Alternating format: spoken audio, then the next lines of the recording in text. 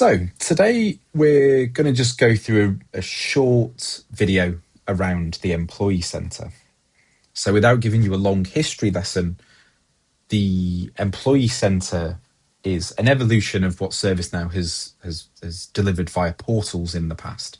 So historically, each individual application pretty much had its own portal. So there was the service portal for IT. There was the HR portal for, surprise, surprise, HR. There was a legal portal and et cetera, et cetera, et cetera. So everything was disparate. And then about 4 or 5 years ago, ServiceNow introduced the concept of the Employee Service Center.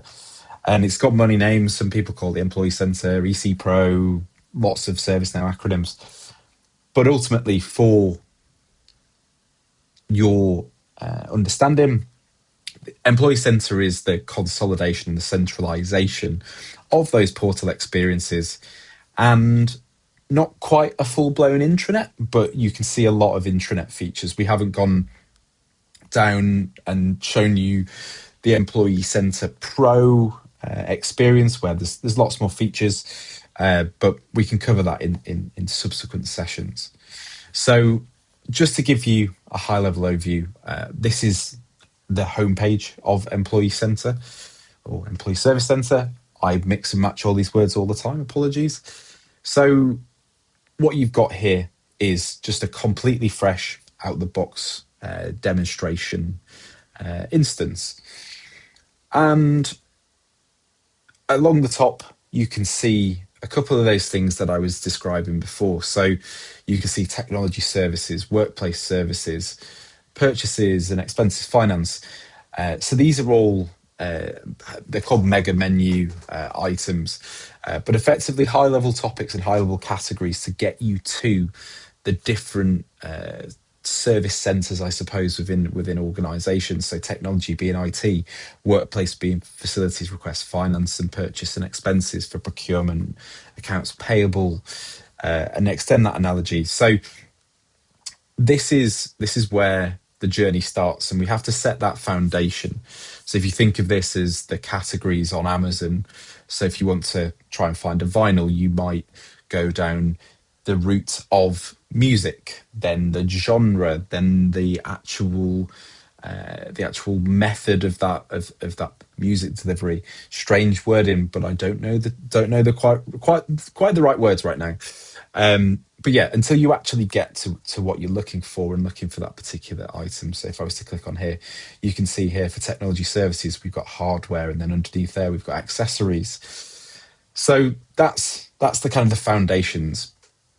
Underneath here, we've got the search bar.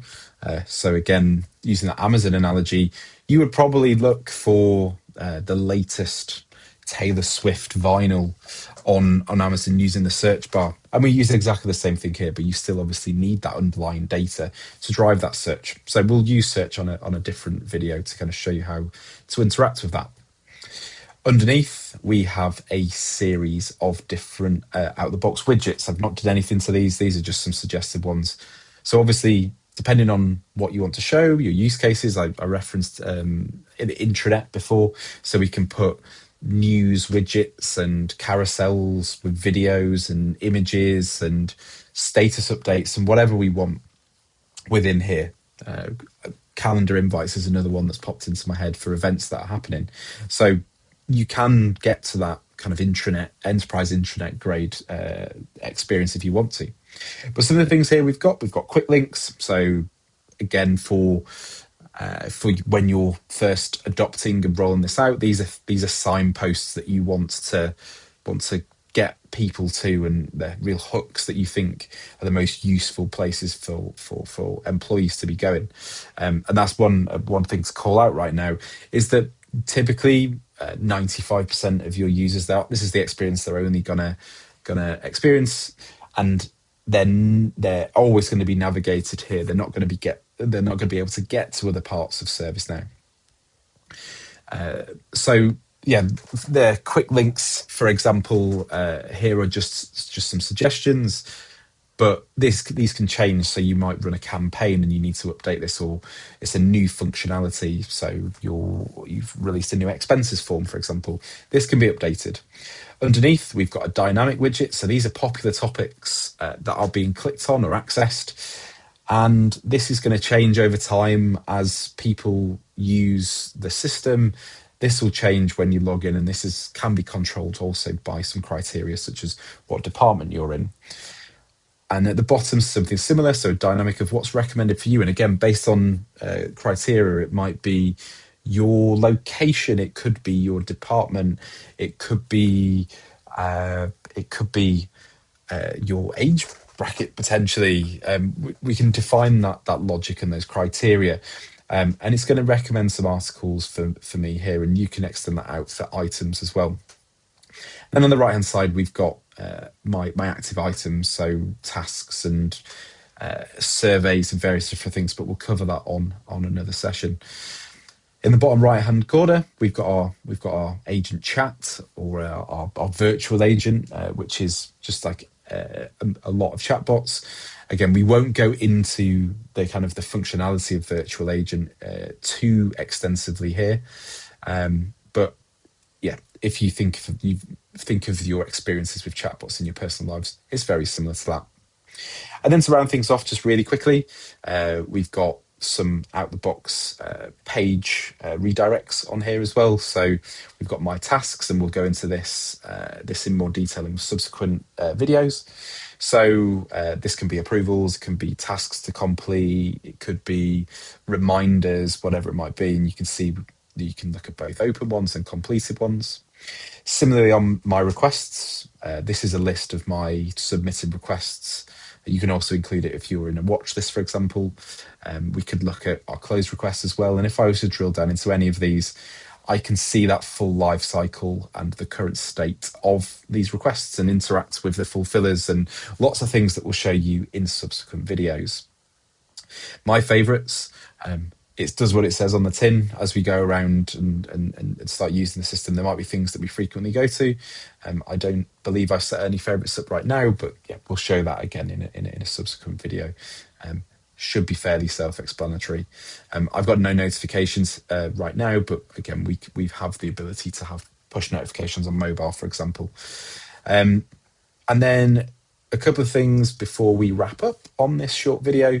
Tours, there's no tours activated right now, but this can give employees a guided tour when they first join the system, access the system for the first time.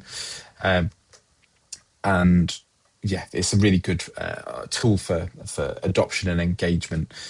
So yeah, we can look to set up some of those in subsequent videos to show you how these work and the power of how these could be set up and could be used anywhere throughout ServiceNow.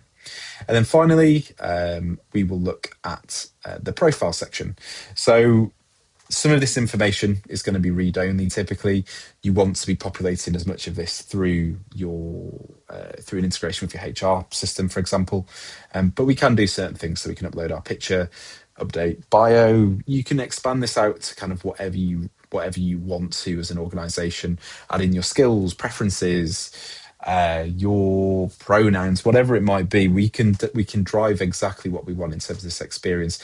But this is your profile, and realistically, for a lot of the things in terms of out the box, it's going to be to drive certain functionality. So, do you need accessibility options? What's your time zone? We'll have a separate video on delegation. But yeah, again, most of this is just straight out of the box stuff. And we can look into more advanced features and functionality in the future. So just to wrap up and summarize, treat Employee Center as the 95% experience for your employees.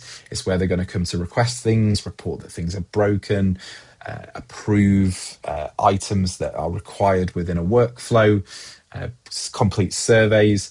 And then as you use the system more and more, hopefully you're going to go down the kind of AI route, agentic AI, interacting with AI agents through the virtual agent to help you submit or even just guide you to the information you need to fulfill your requests and questions within the service portal. So hopefully this is useful. We're going to dive down into more detailed videos in the future on specific functionality, but this is just a quick whistle stop tour of the Employee Service Center. I hope that's been useful, and yeah, check out the next videos on more specific functionality. Thank you.